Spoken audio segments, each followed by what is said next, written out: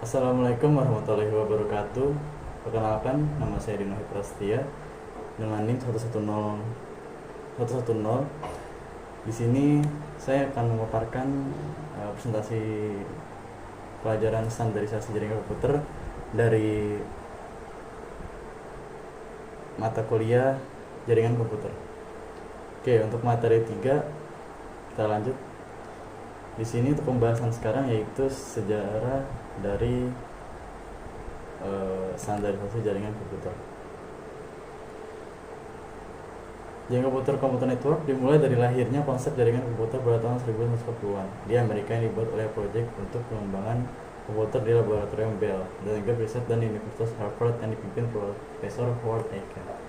Yang diawali penemuan tersebut digunakan untuk memanfaatkan sebuah perangkat komputer untuk keperluan bersama. Idenya adalah untuk mengajarkan beberapa tugas tanpa membuang waktu kosong yang terlalu banyak. Maka dibuatlah proses beruntun sehingga program bisa dijalankan dalam beberapa komputer. Oke, untuk pendahuluannya, dalam era globalisasi, informasi dan teknologi, saat ini jaringan komputer telah menjadi fondasi utama dalam mendukung berbagai aspek kehidupan manusia, mulai dari bisnis, pendidikan, hingga interaksi sosial.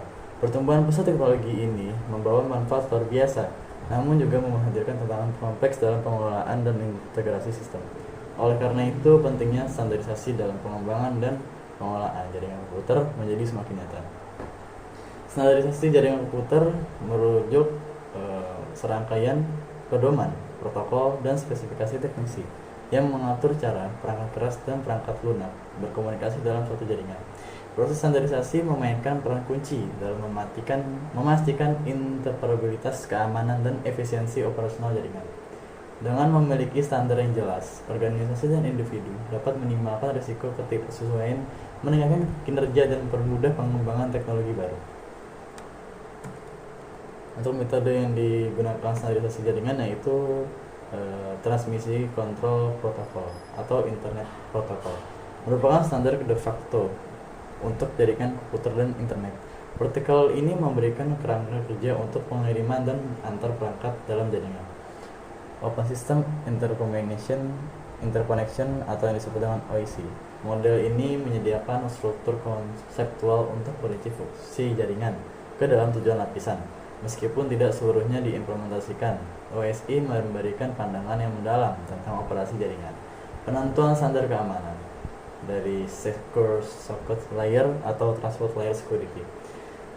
Standar keamanan yang umum digunakan untuk melindungi data yang ditransmisikan melalui jaringan, terutama di web. Internet Protocol Security digunakan untuk mengamankan komunikasi di tingkat lapisan jaringan, memastikan keamanan dan integritas data yang ditransmisikan. Untuk hardware yang digunakan oleh standarisasi jaringan yaitu perangkat keras adalah semua bagian fisik komputer. Dia menggunakan router, switch, hub, access point, dan firewall seperti komputer jaringan yang sebelumnya. Untuk softwarenya yang digunakan yaitu sistem operasi jaringan, contohnya Windows Server, Linux, seperti Ubuntu Server atau CentOS atau FreeBSD. Fungsinya menyediakan dasar operasional untuk server dan perangkat jaringan lainnya. Perangkat lunak, router, dan switch, contohnya IOS atau Junos atau Juniper, memberikan kontrol dan manajemen perangkat keras jaringan seperti router dan switch.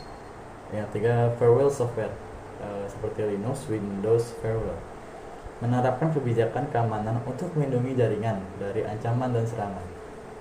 Database server yaitu MySQL, PostgreSQL, Microsoft SQL Server, menyediakan penyimpanan dan manajemen data untuk aplikasi dan layanan jaringan. Untuk media transmisi yang digunakan oleh standarisasi jaringan yaitu kabel tembaga. Di situ ada Universal Twist Pair, kabel tembaga tanpa pelindung yang paling umum digunakan dalam jaringan LAN, terutama untuk standar Ethernet seperti CAT5A, CAT6 dan CAT6A. Dan Silk Twist Pair, kabel tembaga yang dilapisi pelindung untuk melindungi dari interferensi elektromagnetik. Dan fiber optik, single mode fiber dan multi mode fiber. Fiber optik sering digunakan dalam standarisasi jaringan untuk koneksi jarak jauh dan kecepatan tinggi. Standar seperti gigabit, Ethernet 10 gigabit, Ethernet 40 gigabit Ethernet, dan dapat menggunakan fiber optik sebagai media transmisi. Dan yang terakhir ada wireless. Di sini ada wifi dan bluetooth. Memori transmisi dalam standarisasi juga dapat bergantung pada aplikasi dan kebutuhan khusus. Dalam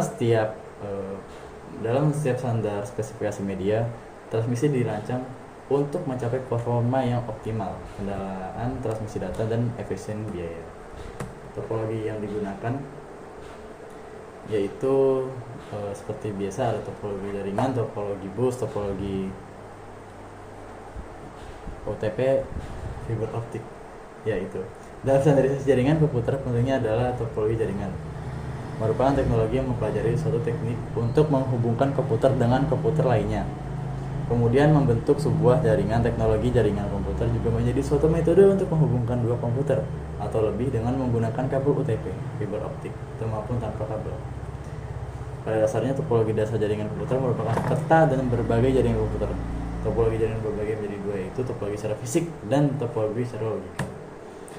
Untuk macam-macam standarisasinya yaitu ada ISO, International Organization for Standardization, yaitu ada TIA yang disebut dengan Telecommunication Industry Association, dan ada Institute of Electrical and Electronics Engineer, dan habis itu ada yang terakhir International Telecommunication Union atau gitu ya. Jadi ini adalah merupakan bagian macam-macam standarisasi jaringan komputer yang digunakan oleh user. Dan kesimpulan untuk standarisasi jaringan yaitu, secara kesimpulan, standarisasi jaringan komputer membentuk fondasi esensial untuk efisiensi, keamanan, dan kemajuan teknologi dalam dunia koneksi digital. Dengan adanya standar protokol komunikasi, media transmisi, dan keamanan, jaringan komputer dapat berfungsi dengan harmonis, memungkinkan perangkat dari berbagai vendor untuk berinteraksi tanpa hambatan. Standarisasi juga mendorong efisiensi operasional dengan menyediakan pedoman untuk manajemen jaringan dan monitoring kinerja. Selain itu, melalui standar, industri dapat merespon dengan lebih cepat terhadap inovasi, afiliasi, imajinasi, dan berkembangnya teknologi yang terus berlanjut. Pendidikan dan sertifikasi yang didasarkan pada standar turut mengukuhkan keterampilan dan pemahaman yang konsisten kalangan profesional jaringan. Jadi cukup sekian presentasi dari saya.